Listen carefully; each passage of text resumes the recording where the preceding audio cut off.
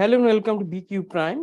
My guest today is Shashank Srivastava, Senior Executive Officer, Marketing and Sales at Maruti Suzuki India. And we're going to discuss about the SUV and MPV strategy that Maruti is going to have, especially because it's already launched Jimny and it's expected to launch the MPV vehicle in early July. Shashank, thank you very much for joining us on BQ Prime.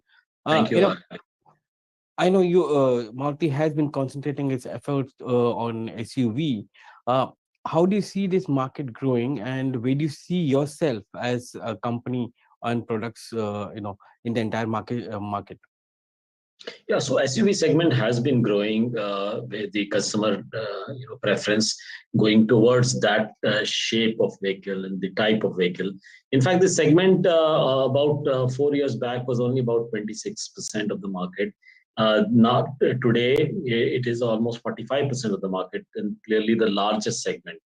And when you look at Maruti Suzuki, we have a market share of 65% or thereabouts in the non-SUV segment, if you leave SUV aside. But the SUV, our market share last year was just 12.3%. And therefore, our overall market share was under 45%. Clearly, if we have to achieve our target and our stated objective is get to 50% market share in the middle term, we have to increase our market share in SUV sector. And from 12%, one of the big reasons we found, when we analyze this, that while the segment has grown big and a lot of competitors have come in, there are 46 brands in this segment. We had only one, which was the Brezza. Obviously, we needed to strengthen our portfolio, and that's what we have done with our Vitara. We have also launched the Jimny and the Fronx. As a result, in market share has improved from 12%, which it was last year, financial year, to in April, May to 20%. And our target is to get to about 24-25% share this year and become the number one manufacturer in SUV sector also. That should improve our overall market share as well. This segment is also very price competitive and price conscious as well. Sub 20 lakhs.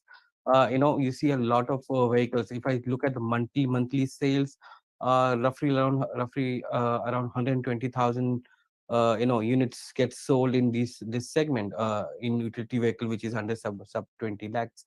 How do you see you faring or Maruti faring in this segment? When you say 25,000, are you looking at roughly around 30 odd thousand units coming in on a monthly basis? And do you have enough models to reach that? Yeah, so when I said 24-25% market share in the SUV space, it actually translates into something like a 4.7 to 4.9 lakh units for the year. So that's like a 40,000 to 45,000 per month on an average.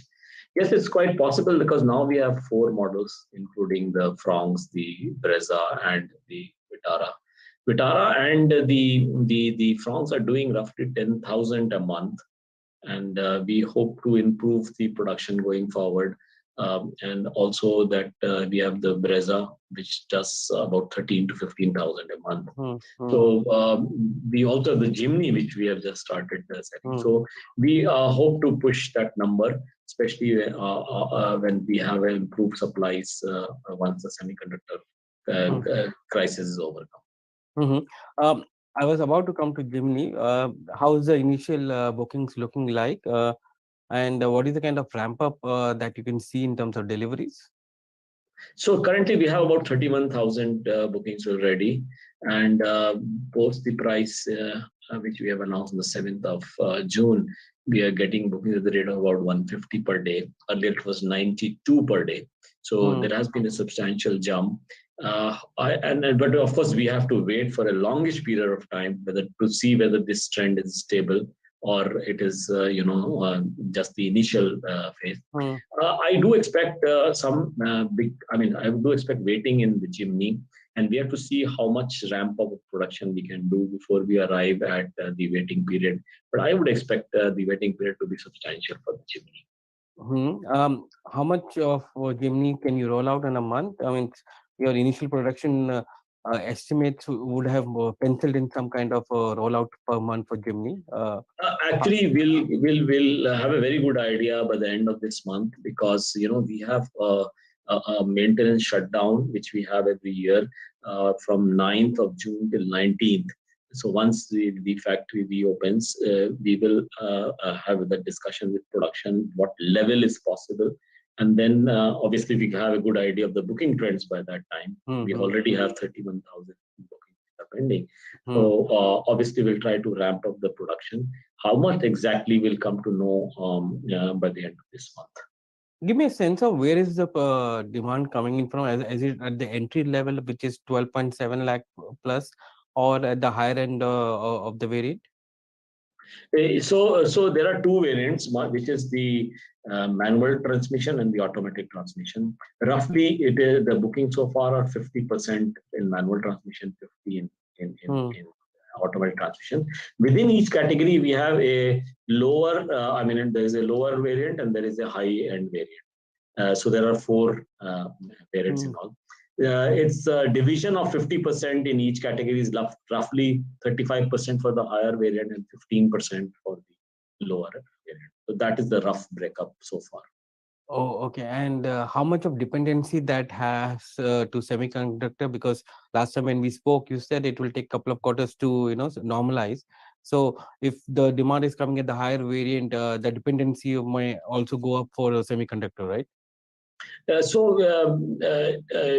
it depends on variant to variant and model to model, the semiconductor requirement. And you are right, last year we did lose, in fact, we lost 170,000 vehicles because of this issue.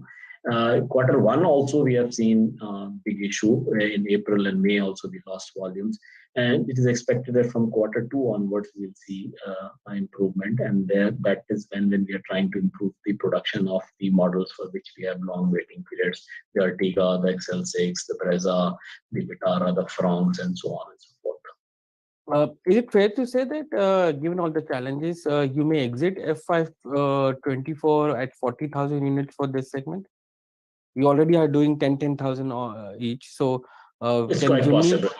It's quite possible. It all depends on the production levels, and hopefully we can do that type of level. Yes. Mhm.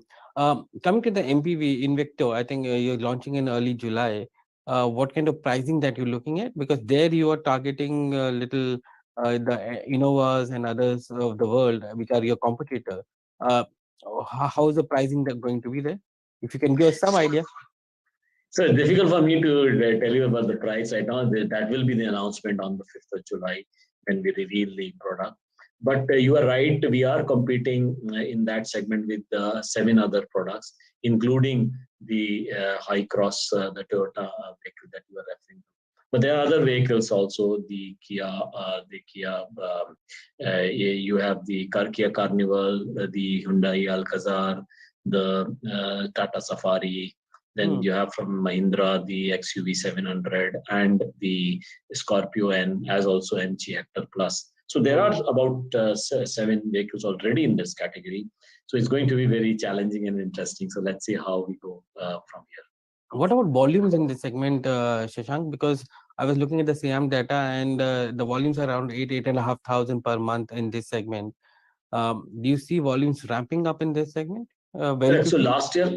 last year, if you look at the total three-row MPV SUV market was about 258,000, but the greater than 20 lakh, which is the premium segment, was about 110,000, roughly that 8,500 volume that you are referring to per month, Hmm. actually about 9,000 per month. Yeah.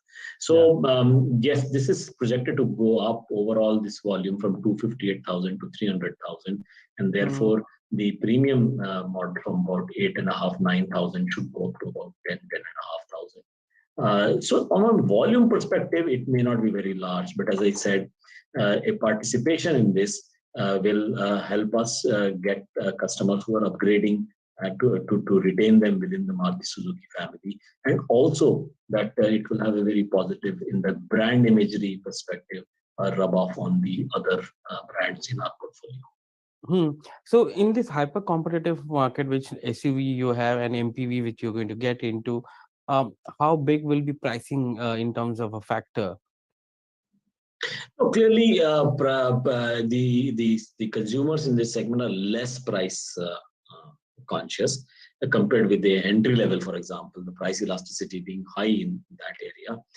But price always is a factor because ultimately it's not just price, it's the value which consumer is looking at. And irrespective of which segment a customer is, the price elasticity might be different, but the value requirement and the value expectation is always there. So hence, it has to be competitively priced. And as I said, there are other competitors also, which so we will have to look at a combination of the cost structure of the competitor pricing before we get to our pricing strategy, which we shall be announcing at the time of the Hmm. launch. I was looking at your competitor, and they recently launched the Thar new version in white, and there was a huge demand for that kind of color. So, are you also looking at colors and combinations to drive demand? So in some product categories or specific type of brands, some colors do get a lot of traction. For example, in the Jimny, in our case, the lime green color is getting a lot of kinetic yellow, as you call it, is getting a Hmm. lot of traction. So there are other where sometimes the black gets in Swift, for example, red gets more traction, and the blue gets more traction. So it depends really on the type of vehicle. Yes, and the color choices are also reflecting partly on the character of the vehicle itself. So that's always a marketing sort of decision we take for almost all brands that we launch. Shashank, it was a pleasure talking to you today. Thank you very much for joining us on VQ Prime. Thank you very much. Bye bye. Bye.